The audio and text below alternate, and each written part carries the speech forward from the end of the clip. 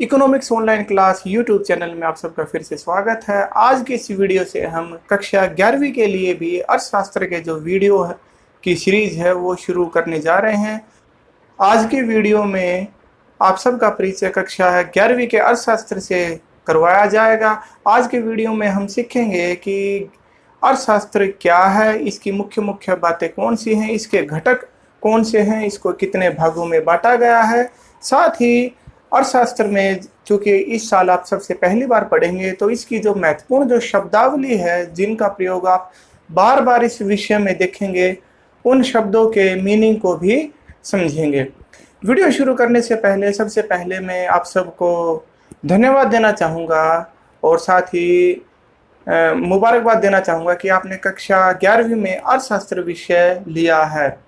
कक्षा 11वीं में जो अर्थशास्त्र है विषय चुनकर आपने एक बड़ा समझदारी का निर्णय लिया है, क्योंकि इस विषय की कुछ एक ऐसी खूबियां हैं शायद ही वो किसी दूसरे विषय में हो। सबसे पहली बात, ये उन गिने चुने विषयों में से है जो एक से ज़्यादा स्ट्रीम में उपलब्ध है। इकोनॉमिक्स विषय को आप कॉमर्स स्ट्रीम में भी पढ़ सकते हैं, साथ ही आर्ट्स यानी कि कला संकाय में भी एज ए सब्जेक्ट इकोनॉमिक्स को आप ले सकते हैं। दूसरी, अर्थशास्त्र जो विषय है इसकी सबसे खूबसूरत बात है कि इसमें न केवल न्यूमेरिकल सब्जेक्ट के अच्छे गुण हैं बल्कि जो थ्योरेटिकल सब्जेक्ट होते हैं उनके भी अच्छे गुण समाहित है। इस वजह से जो अर्थशास्त्र विषय है उसको काफ़ी स्कोरिंग माना जाता है। तो चलिए आज का वीडियो है वो शुरू करते हैं।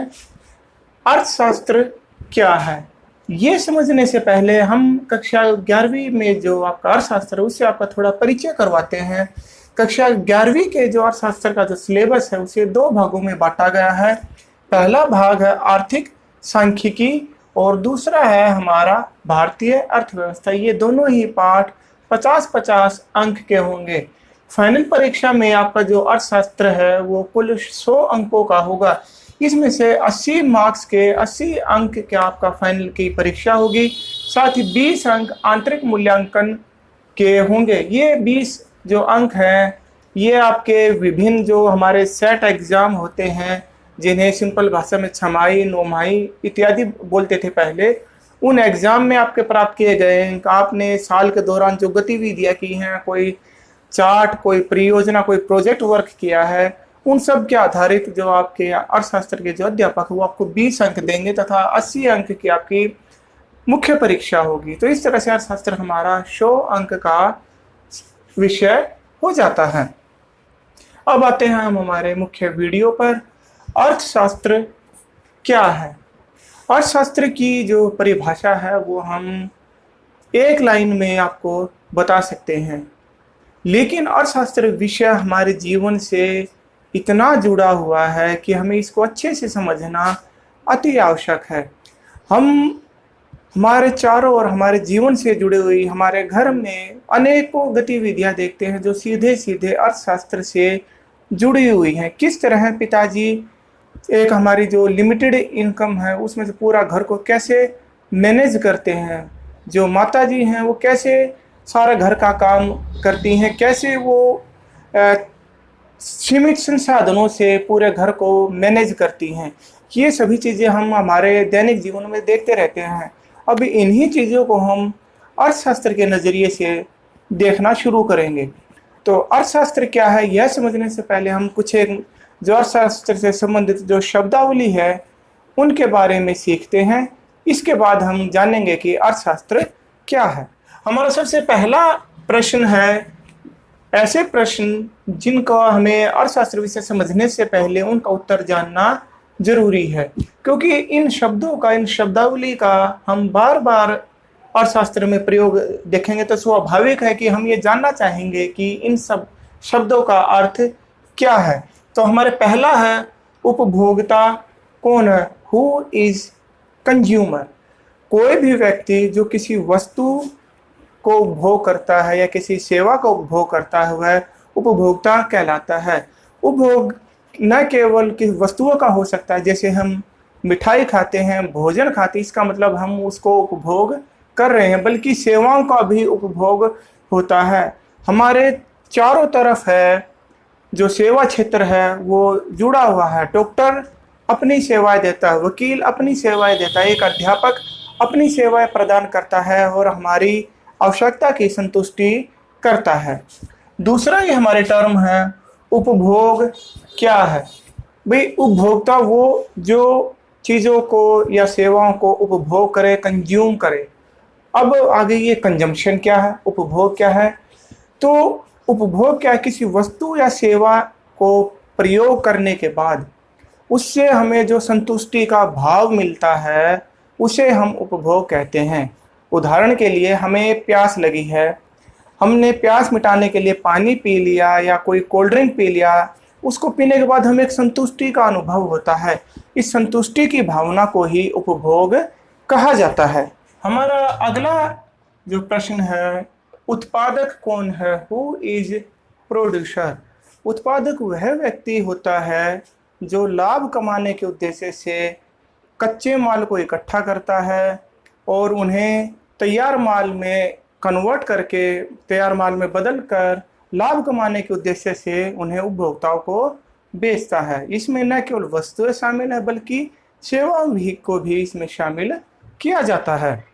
हमारा अगला बिंदु है उत्पादक कौन है। उत्पादक वह व्यक्ति है जो लाभ कमाने के उद्देश्य से, आय अर्जित करने के उद्देश्य से वस्तुओं और सेवाओं का उत्पादन करता है। हमारा अगला बिंदु है उत्पादन क्या है, व्हाट इज प्रोडक्शन। उत्पादन वह प्रक्रिया है जिसके द्वारा जो वस्तु है कच्चे माल से तैयार माल में परिवर्तित होती है। अर्थात जब वस्तु अपने उत्पादन प्रक्रिया के सारे चरणों को पार कर ले तो और तैयार माल में के रूप में बिकने के लिए तैयार हो जाए तो उसे उत्पादन कहा जाता है। उदाहरण के लिए एक साइकिल निर्माता साइकिल के लिए विभिन्न पुर्जों को जोड़कर साइकिल का निर्माण करता है, साइकिल का उत्पादन करता है। जब साइकिल के सभी जो पुर्जे उसमें लग जाते हैं और वो बिक्री के लिए तैयार हो जाती है तभी उसे उत्पादन कहेंगे। यदि उत्पादन का कोई चरण बाकी है, उदाहरण के लिए मान लीजिए साइकिल में टायर नहीं लगे हैं, तो इसे अर्थशास्त्र की भाषा में वर्क इन प्रोग्रेस या चालू कार्य कहा जाता है। अगला है हमारा उत्पादन के कारक या साधन। ये हमारी सबसे महत्वपूर्ण जो टर्म है, शब्दावली है अर्थशास्त्र की, उनमें से है। अर्थशास्त्र में के अनुसार किसी भी वस्तु को उत्पादन करने के लिए हमें 4 तत्वों की आवश्यकता होती है। ये है भूमि, दूसरा है हमारा श्रम, तीसरा होता है हमारा पूंजी और चौथा होता है हमारा उद्यमी। इन्हें इंग्लिश में लैंड, लेबर, कैपिटल और एंटरप्रेन्योर के नाम से जाना जाता है। भूमि से हमारा अभिप्राय न केवल भूमि बल्कि इमारत, दफ्तर इत्यादि, गोदाम, इन सब को शामिल किया जाता है। श्रम में हमारे सभी प्रकार के जो श्रमिक हैं उनको शामिल करते हैं। पूंजी हमारे जो उत्पादन का है वो आधार होता है। हमें हर कार्य के लिए पूंजी की आवश्यकता होती है। कच्चा माल खरीदने के लिए पूंजी चाहिए, फैक्ट्री दफ्तर के लिए ज़मीन खरीदने के लिए पैसे चाहिए, मशीनों के लिए पैसे चाहिए, हमें श्रमिकों को देने के लिए पूंजी की आवश्यकता होती है। उद्यमी कौन होता है? उद्यमी वो होता है जो इन तीनों तत्वों को इकट्ठा करता है और उत्पादन की प्रक्रिया को स्टार्ट करता है। साथ ही इस प्रक्रिया में उसको जो भी लाभ या हानि होती है उसको सहन करने के लिए तैयार होता है। तो उत्पादन के जो कारक है या साधन है, इन्हें ये 4 है। अगला है हमारा बचत क्या है। ये जो शब्द है हमारे जीवन से काफ़ी जुड़ा हुआ है। तो बचत बड़ा ही साधारण है।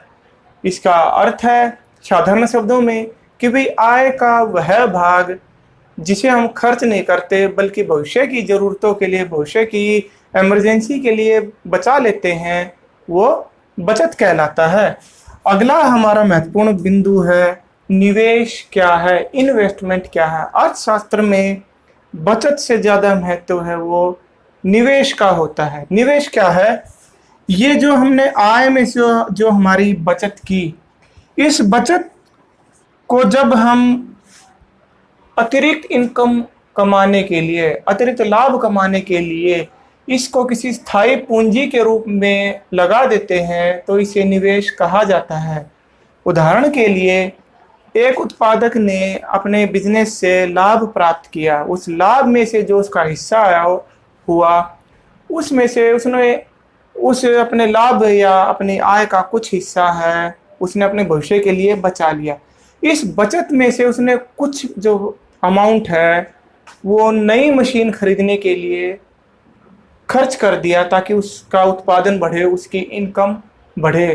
तो यह जो हिस्सा, बचत का यह हिस्सा जिसका उसने नई मशीन को खरीदने के लिए खर्च कर दिया, वो निवेश कहलाता है। तो फिर से एक बार रिपीट करते, निवेश क्या है?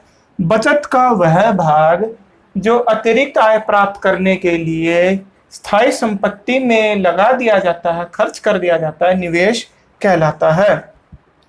अगली हमारी महत्वपूर्ण धारणाओं में से एक है आर्थिक क्रिया क्या है। हम सुबह से लेकर शाम तक अनेकों क्रियाएं करते रहते हैं। अर्थशास्त्र में इन क्रियाओं को दो भागों में बांटा जाता है, आर्थिक क्रियाएं और गैर आर्थिक या अनार्थिक क्रियाएं। आर्थिक क्रियाएं क्या होती है?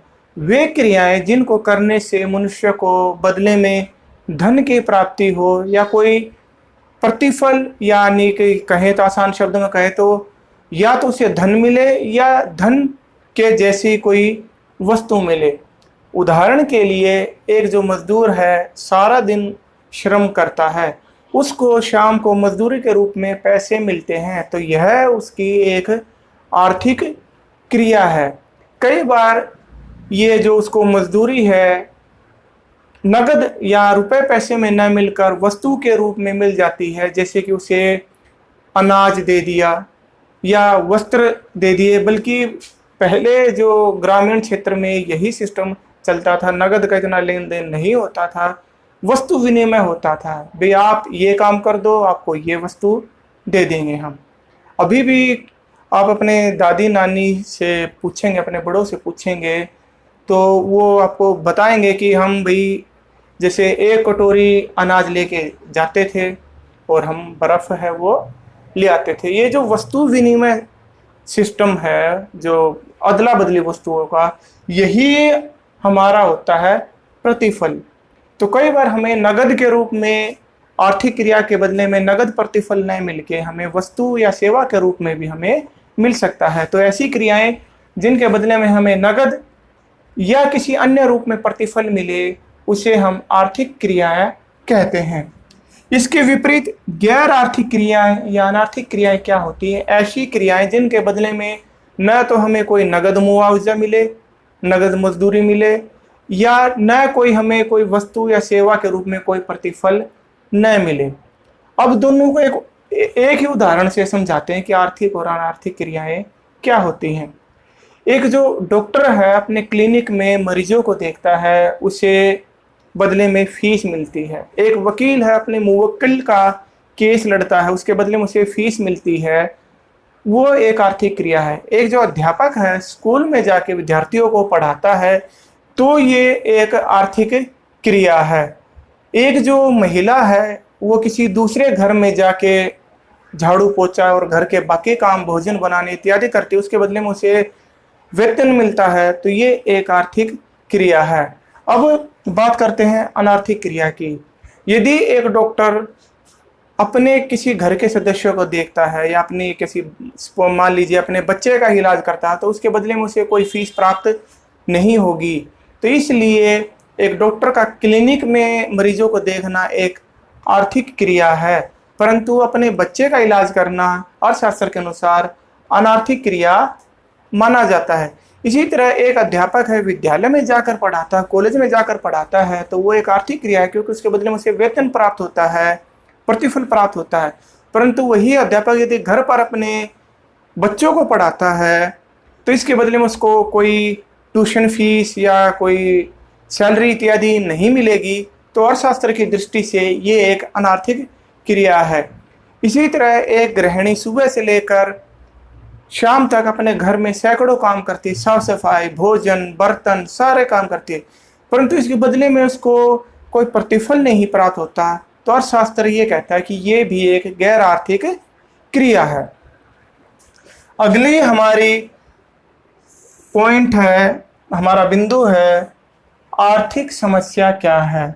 इस प्रश्न से जो हमारा जो टॉपिक है वो शुरू हो जाता है कि अर्थशास्त्र क्या है। अर्थशास्त्र का सबसे मूल जो कारण है वो है आर्थिक समस्या। आर्थिक समस्या क्या होती है, क्यों उत्पन्न होती है, आर्थिक समस्या क्या है। What is economic problem. मनुष्य की जो आवश्यकताएं होती हैं वो असीमित होती हैं। किसी से भी आप पूछ लो भी आपको क्या क्या चाहिए, वो आपको 50 चीजें गिनवा देगा, मुझे ये चाहिए, ये चाहिए, ये चाहिए, वो भी चाहिए, वो भी चाहिए, परंतु उनको पूरा करने के लिए जो साधन है वो सीमित होते हैं। जो आपके पिताजी हैं उनकी जो सैलरी है वो सीमित है, उसमें से उसी सैलरी में से उन्होंने घर का खर्चा चलाना है, आप लोगों की शिक्षा पर भी खर्च करना है, तो आपकी कॉपी किताबें, ड्रेस, यदि कोई बीमारी वगैरह आ जाती है उस पर खर्च, कोई लेन देन है, बिजली का बिल है, पानी का बिल है, ये सारी जो खर्चे हैं, भोजन का खर्च, वस्त्र का खर्च, सारे उन्हें अपनी उसी लिमिट में से, उसी सैलरी में से, लिमिटेड सैलरी में से करना है।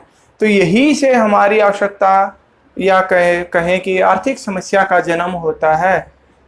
हमारे पास साधन सीमित है, वो जो सैलरी है वो सीमित है, परंतु उससे हमें हमारी असीमित आवश्यकताओं को पूरा करना पड़ता है। तो हमें चुनाव करना पड़ता है कि किस इच्छा को हम पूरा करें और किस इच्छा का त्याग करें।